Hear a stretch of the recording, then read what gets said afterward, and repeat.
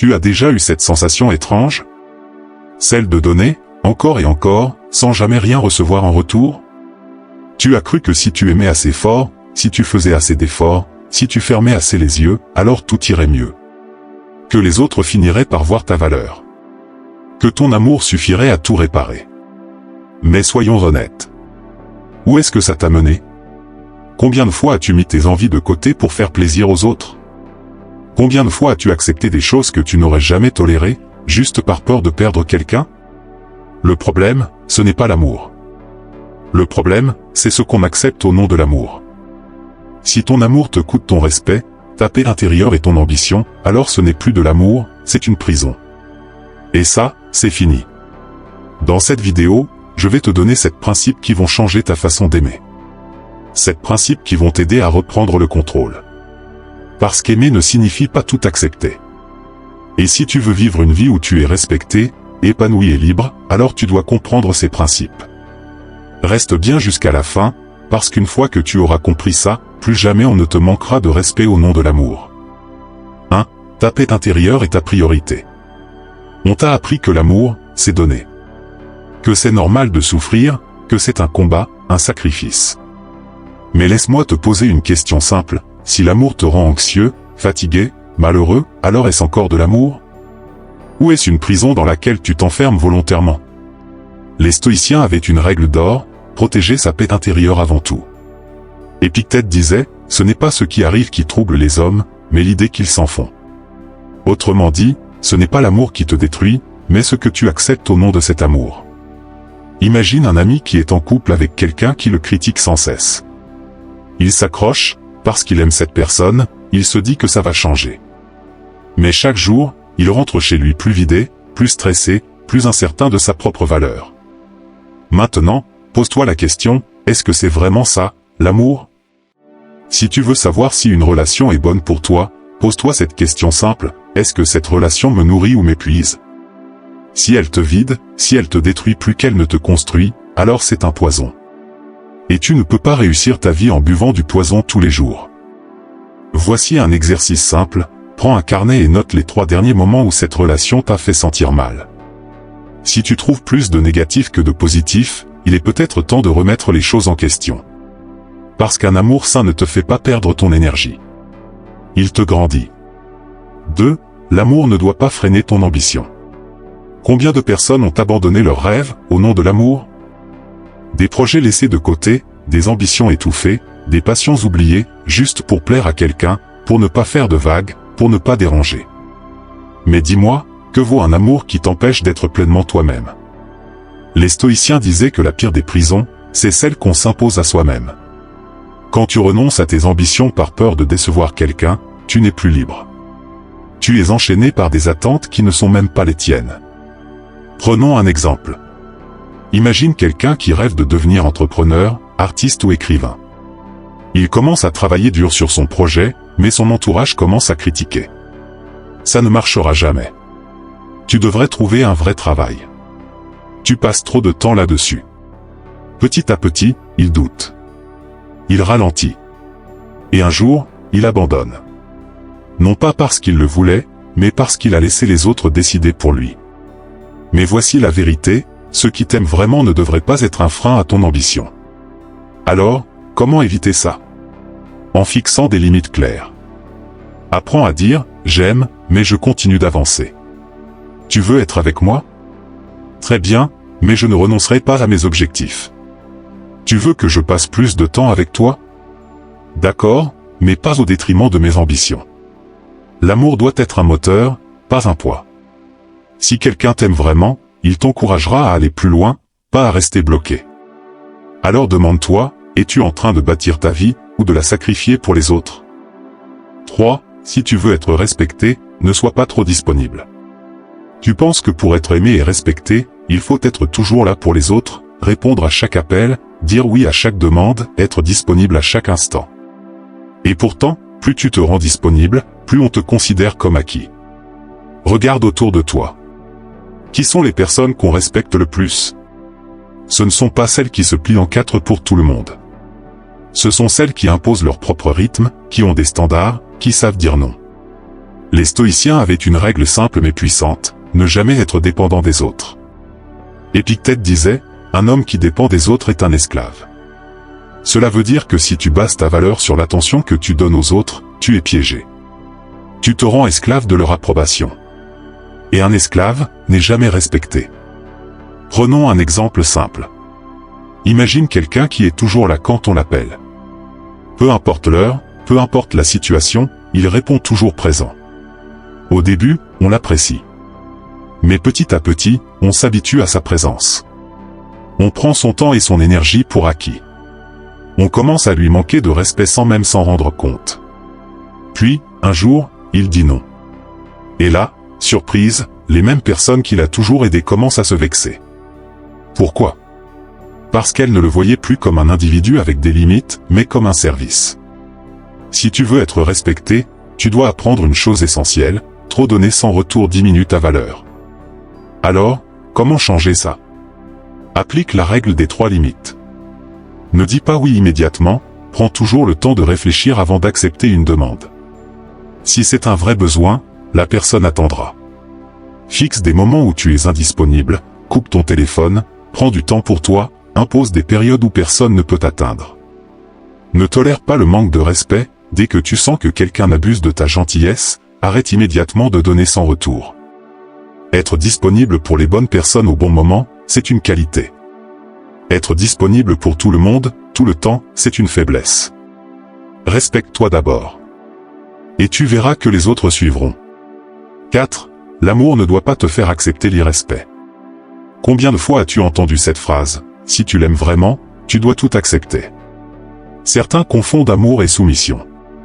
Ils pensent que tolérer l'irrespect, supporter les humiliations ou fermer les yeux sur le mépris est une preuve de loyauté. Mais l'amour sans respect, ce n'est pas de l'amour. C'est une prison invisible. Marc Aurèle disait, ne laisse jamais l'opinion des autres devenir ta vérité. Si quelqu'un te manque de respect, te rabaisse ou t'ignore, et que tu l'acceptes sous prétexte que tu l'aimes, alors tu perds ton pouvoir. Tu laisses son opinion définir ta valeur. Prenons un exemple. Imagine une personne qui donne tout dans une relation. Elle est toujours là, elle pardonne tout, elle se sacrifie en pensant que c'est ça, l'amour. Et en face, l'autre en profite. Il parle mal, il ignore, il repousse les limites toujours plus loin, parce qu'il sait que, quoi qu'il fasse, il sera pardonné. À ce stade, ce n'est plus une relation équilibrée. C'est une relation toxique où l'un domine et l'autre subit. Alors, voici la règle d'or, l'amour n'efface pas le respect. Si je t'aime, je te respecte. Si tu m'aimes, tu me respectes. Point final. Comment appliquer ça ? Pose des limites dès le début, dès qu'un comportement te dérange, exprime-le clairement. Si tu laisses passer une fois, la personne testera encore. Ne normalise pas l'irrespect, si quelqu'un te rabaisse en plaisantant, ne ris pas. Si quelqu'un ignore tes besoins, ne l'excuse pas. Apprends à dire « stop », pas besoin de crier ou de te justifier. Juste un regard, une posture, un silence, et une phrase simple « je peux aimer, mais je ne tolère pas le manque de respect ». L'amour, c'est beau. Mais sans respect, ce n'est rien. Alors, demande-toi, dans tes relations, est-ce que tu es respecté, ou est-ce que tu acceptes l'inacceptable ? 5. S'aimer d'abord, c'est mieux aimer les autres. On nous apprend à aimer les autres. À donner, à être là, à faire des sacrifices. Mais, qui nous apprend à nous aimer nous-mêmes ? Beaucoup pensent que s'aimer, c'est être égoïste. Mais en réalité, c'est tout l'inverse. Parce que quelqu'un qui ne s'aime pas, finit par se perdre dans les autres. Les stoïciens avaient compris une chose essentielle, si ton bonheur dépend uniquement des autres, alors tu es en danger.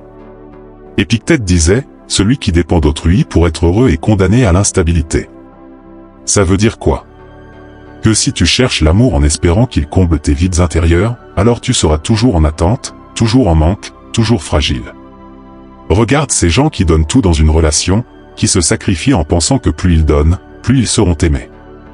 Mais au bout d'un moment, ils se sentent vides, fatigués, frustrés. Pourquoi ?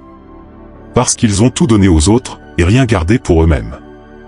Résultat, ils finissent par en vouloir aux autres, alors qu'en réalité, c'est eux qui ne se sont jamais accordés d'amour en premier.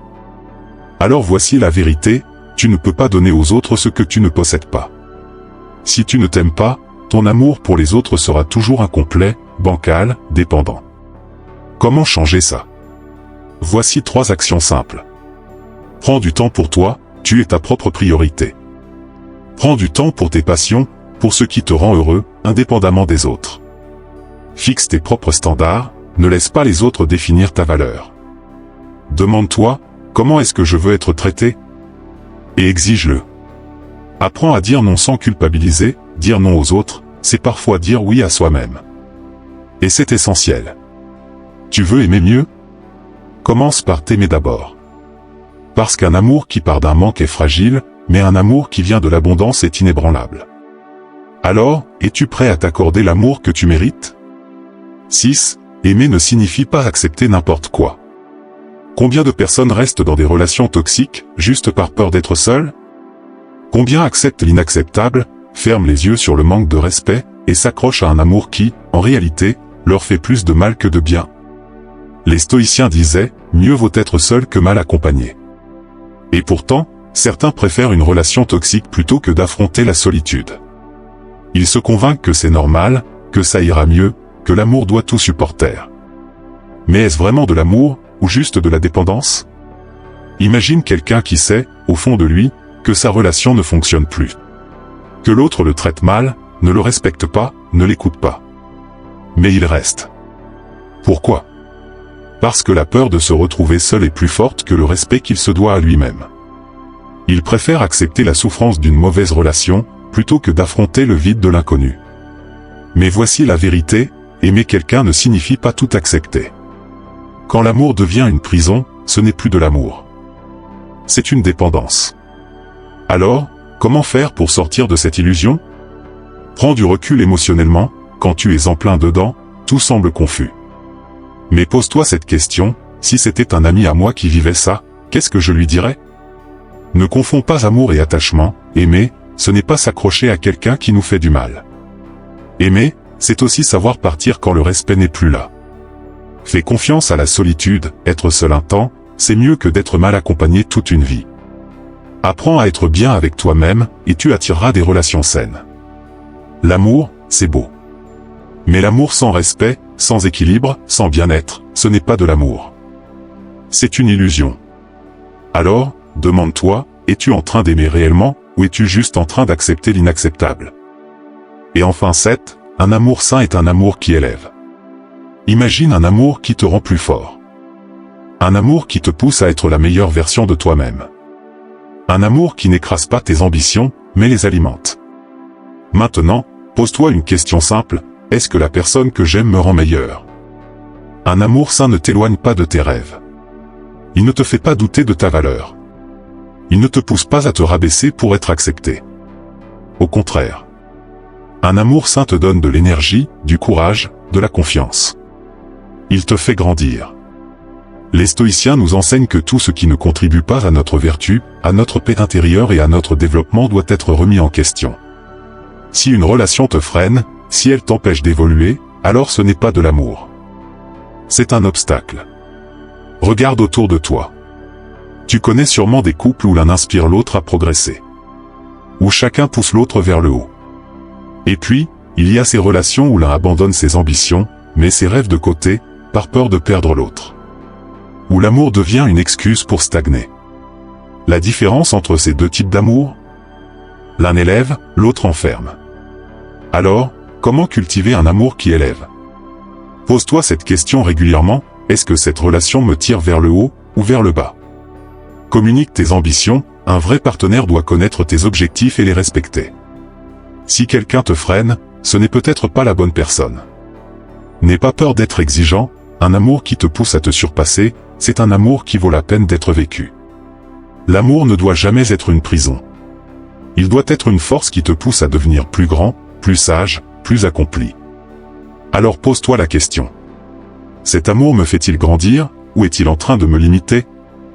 L'amour ne devrait jamais être une prison. Il ne devrait pas t'épuiser, te faire douter de toi, ou t'éloigner de ce que tu es censé devenir. Aimer, ce n'est pas s'oublier. Ce n'est pas tolérer l'intolérable. Ce n'est pas sacrifier ta paix, tes ambitions, ton respect, sous prétexte que tu tiens à quelqu'un. Le vrai amour, c'est une énergie qui te pousse à aller plus loin. C'est une force qui t'élève, qui te rend plus sage, plus fort, plus libre. Et si ce que tu vis actuellement ressemble plus à une cage qu'à une source de puissance, alors il est peut-être temps de revoir ta définition de l'amour. Tu mérites une relation qui te grandit, pas une qui t'écrase. Dis-moi en commentaire, quel principe t'a le plus marqué? Lequel résonne avec ce que tu vis en ce moment? Et surtout, partage cette vidéo à quelqu'un qui en a besoin. Parce que trop de gens confondent l'amour avec la souffrance, et il est temps de changer ça.